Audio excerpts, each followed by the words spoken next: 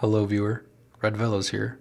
I wanted to tell you about how terrible the game Death Stranding 2 is. Death Stranding 2 is the sequel to the first Death Stranding game. Death Stranding was a one-of-a-kind Strand game, a new Strand type game. Though it's really a Nobi type game. Both were created by Hideo Kojima. Kojima is a genius according to many. He created the Death Stranding series and another series apparently. He birthed the Strand type game. Death Stranding 2 is terrible though, a terrible sequel. That is what this video is going to be about how Death Stranding 2 is a terrible sequel created by Kojima. As opposed to the better first game that was also made by Kojima. Death Stranding 2 is terrible. It's almost so terrible that it makes the first Death Stranding terrible. Both were made by Hideo Kojima. Many call him a genius for some reason. Death Stranding 2 being the sequel to the first game, Death Stranding. The sequel is terrible. That's the topic of this video, about how Death Stranding 2 is a terrible game, a terrible new game, a terrible Nobi type game, a terrible sequel type game. Death Stranding, the second one. Terrible. It is. That's what this video is about. Good luck. I, Red Velos, the one speaking, wish you luck in watching this video. Good luck. Okay, in all seriousness, Death Stranding 2 is a terrible game and sequel. I hate it with a passion. So to be clear, this is not really an official review, this is just more of a rant, but it's still my genuine perspective. I just enjoy this game so little that I can't bring myself to replay any of it to try and really get a complete understanding of a game that is just this awful. That means I may miss some aspects or may not be entirely accurate, but as I said, these are my genuine thoughts. I will obviously be trying to portray the game in the most accurate way possible based on my single playthrough. Also, for reference, I played on the hardest difficulty. Alrighty, with all that nonsense out of the way, let me explain.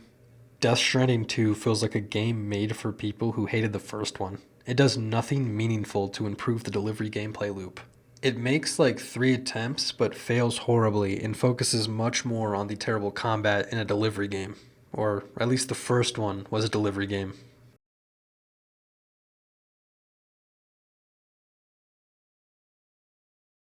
There's so much wrong with this awful combat that I don't even know where to start. I guess I'll just start with how easy it is. The combat is brain dead. From the beginning, you are given a fully automatic gun to deal with mules. You may be thinking, didn't the first game punish you for killing mules because death causes a void out?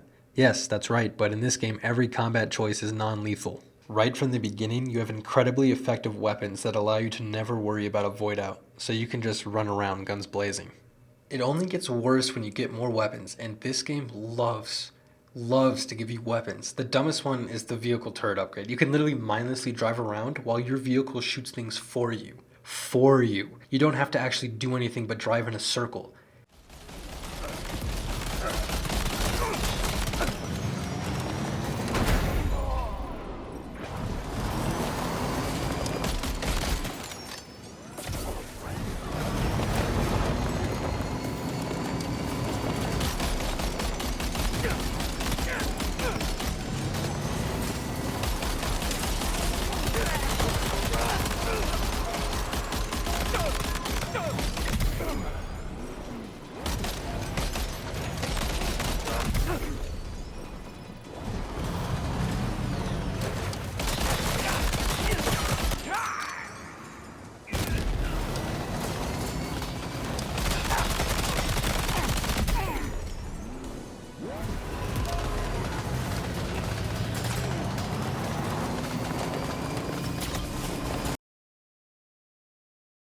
And even if you don't use the vehicle, it's still mindless. The mules don't do enough damage to necessitate using the vehicle anyways. Later game mules do more damage, but all you have to do is play like slightly smarter. Just run backwards while shooting basically. Heals are also very easy to acquire, so you'll probably never run out of those. Your everyday BT's got more variants apparently. I never noticed. They're even easier to deal with in the first game because every weapon just works on them now. The bosses are all just as easy and tiresome because of how bullet spongy they all are, just like the first game. They take longer than they need to, and for some reason the cliff sections return with a new character named Nirvana. They are exactly the same. Nirvana just has less aura and zero relevance to the story. Nirvana fights are literally useless additions, and that final fight is awful. Higgs AI is terrible, and the weapons you're given are just too OP for it.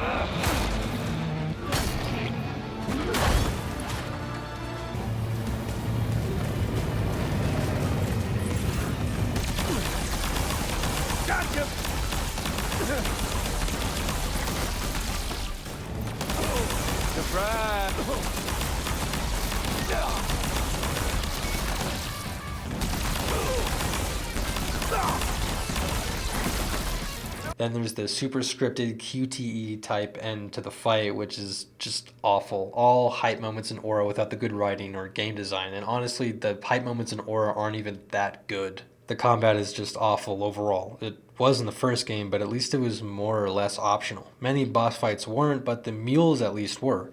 In this game, it's mandatory for main missions to fight mules, or at least to encounter them to some degree. And you can probably do those delivery missions that force you to encounter mules stealthily with little to no stealth combat, but the game encourages combat because of how easy it is. How, you may ask? There are two main reasons. The first is that it's just too easy. The path of least resistance is literally to just run and gun, or use the broken vehicle turrets, especially with the brain dead weak AI. The second reason is that they give the player so many options. Many of the rewards you get are used for combat. Giving the player options encourages the player to experiment with them at the least. Having so many options instills that the game wants you to engage in combat. Why else would there be so many options? More options than traversal even. There's nothing that disincentivizes combat other than it itself is poorly designed. You may be telling me that if I don't like the combat, then I just shouldn't do it. But if my only other option is to stealth my way through mule camps in a game with stealth mechanics that are just as brain dead, if not more, while also taking longer than just running and gunning, I'll run and gun, or drive and gun, any day over that. Oh, and I forgot to mention the fight with Higgs's robot men. There are several sections where stealth isn't even an option with Higgs's men, which usually involves fighting a group or even an army at one point. Like, why? The game's combat sucks, man. Why is there more of an emphasis on the combat?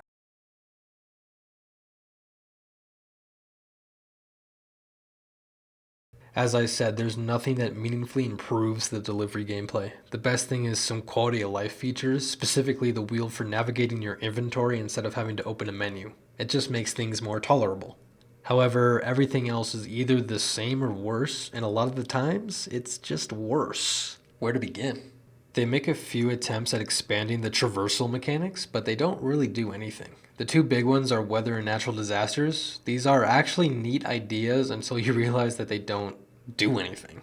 Avalanches are incredibly stupid because it's usually only like a few rocks that fall. The snow has some larger avalanches, but they are so easy to avoid by just stepping to the side. Sam, look out!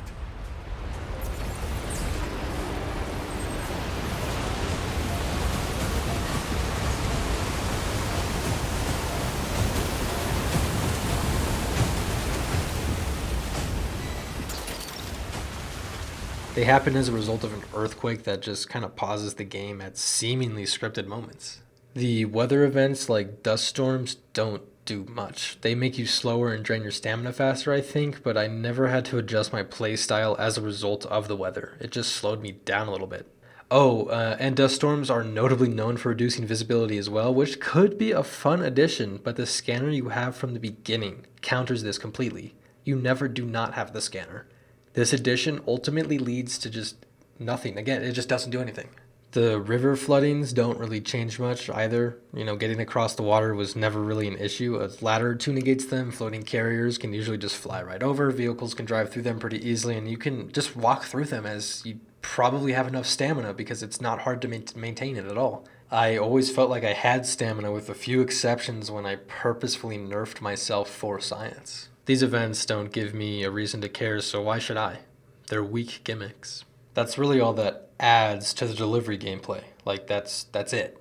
There are some new options, like new exoskeletons, vehicle upgrades, the coffin board, Sam having stats, floating carriers, etc., but those options usually don't change the game in any way that really matters. They're basically just like upgrades to what's already existed, and all they do is make the game easier with nothing to counterbalance them. For example, there's an exoskeleton that allows the player to move through the tall snow without any penalty. That's like the entire main hazard of the snow, and the player just gets something to negate it right as they arrive. So I guess there's just no real hazards in the snow. The only vehicle upgrade that makes sense is being able to pick things up from within the truck. The gun is silly, as I've mentioned. I believe that the vehicles have more battery power too. I never got close to running out of battery once. The OP vehicles from the first game are just even more OP. The coffin board is broken. It just allows you to zoom anywhere, anytime. Water, tar, slopes, they can just suck it. Yes, it can only be used within the chiral network, but by the time the player gets it is when most of the map is already connected to the chiral network. Plus, it's kind of just overkill because everything else is already so OP. Sam having stats that get better as you perform the stat specific action is a good idea, but then all he does is just get better and better while the gameplay only gets easier and easier because of the amount of tools he has on top of his stats getting better. This stat system is most likely why I never felt I was running out of stamina in my playthrough. Then there's this upgrade system through the APAS enhancement tree where the player can choose from different enhancements, but the game is so easy that they're useless and only make the easy game easier. Many are literally just making insert better when there's just no reason for it. It's nothing that actually changes the gameplay in any meaningful way, it just makes everything easier. Much like Sam's stats, there's just nothing to counterbalance this. The floating carriers are broken. They pretty much never detach, even with a ton of stuff while running down a hill. They can also be used in vehicles and when climbing vertically. Now, they can't go straight up a cliff, but if Sam can climb his way up there without a rope or a ladder or anything, the carriers can as well, somehow. The carriers do also fall up ladders, and if Sam falls down a smaller drop, the cargo and the carriers won't take damage for some reason. The player can also ride the carriers. They work wonders for going downhill without any real risk and make it so easy to cross rivers.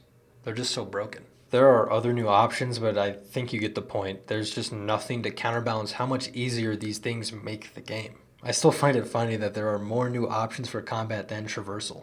There are three major aspects of the gameplay that remain unchanged. The first is the chiral network multiplayer system. It still does the same things with the arbitrary like system and such, but the most annoying part is that it still just spams the player with structures and vehicles. It still makes the game way too easy. I gave it a pass in the first game because it was a relatively fresh idea, but nothing has been done to change it at all. I mean, I at least wanted it to do a better job of deciding what structures are put into one's world. That's the minimum, but no, it's still the exact same. You couldn't even do the minimum. It's like Kojima didn't even try with this game, man.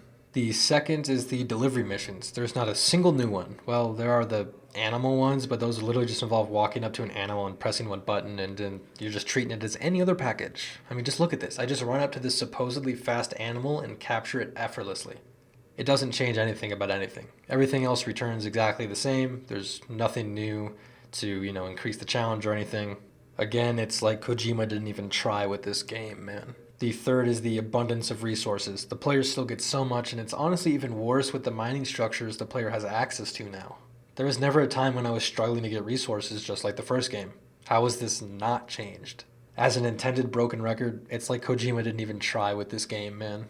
These unchanged gameplay aspects lead me into the map design. It's somehow easier than the first game. It's so flat and vehicle friendly. Just look at this first section when you enter Australia. There is seemingly a roadblock to your vehicle of choice because of the trenches.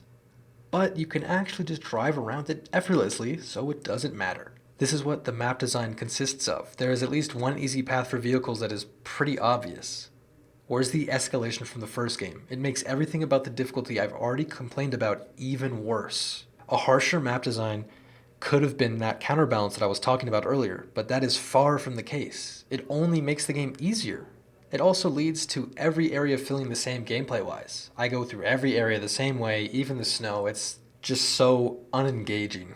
The map is so easy, and they still added fast travel, so you can just avoid playing the game altogether. Yes, you get a rating penalty or whatever, but who cares? The ratings mean jack diddly. There's not even that big of a penalty for likes when delivering a damaged package. It's not like you even need a ton of likes for a game this easy. By the end of the game, I didn't care. I just didn't care about anything. I just ran and fell around to my destination. I just wanted it to be over. And nothing changes. The guys don't even care when you deliver them a damaged package. They're just like, well, I'm glad you got here. You're still the best out there. Okay? Great, no consequences for playing poorly or not even playing the game at all. So what's the point of this game? Oh, you play the game for the story? What story? It's a repeat of the first game. Oh yeah, connection is how we find happiness, yada yada yada. The first game did this already. This game just does it again with even stupider shit than I'm a lie. Higgs literally does the exact same thing, this time just with a more convoluted plan. There's also just even less character work than the first game. Rainey does nothing, Hartman does nothing, Lou does nothing, Dahlman does nothing, Deadman does nothing, Tarman does nothing, Tarkat does nothing. Sam and Fragile barely do anything until the end. Fragile is just there until it's revealed that she had amnesia and unknowingly manipulated Sam, then she just randomly fucking dies. Sam mopes around all game without anything challenging him, so he's just mopey. Then sad when he realizes that Lou being a BB was just all in his head. Then he doesn't do much after but beat Higgs again. There are all those pointless twists with no build-up where the president or whatever is like, hey, this was my plan. And then Die Hardman comes out and was like, it was actually my plan. And then Higgs comes out and was like, what, this was actually my plan all along. Hee hee. It's shite. All of it comes out of nowhere to just do the first game's finale again. I already mentioned Nirvana being useless. He gets cucked and then explodes. It's very evocative of the whole story. For good measure, I'll mention some good things. The graphics are good, except for the copy and pasted facilities that are directly from the first game, and the music is good. I already mentioned the UI wheel. I hate the rest. Okay, goodbye, the end. Never touching this game again. Their Grand Ruler, the legendary tri-horned Alicorn.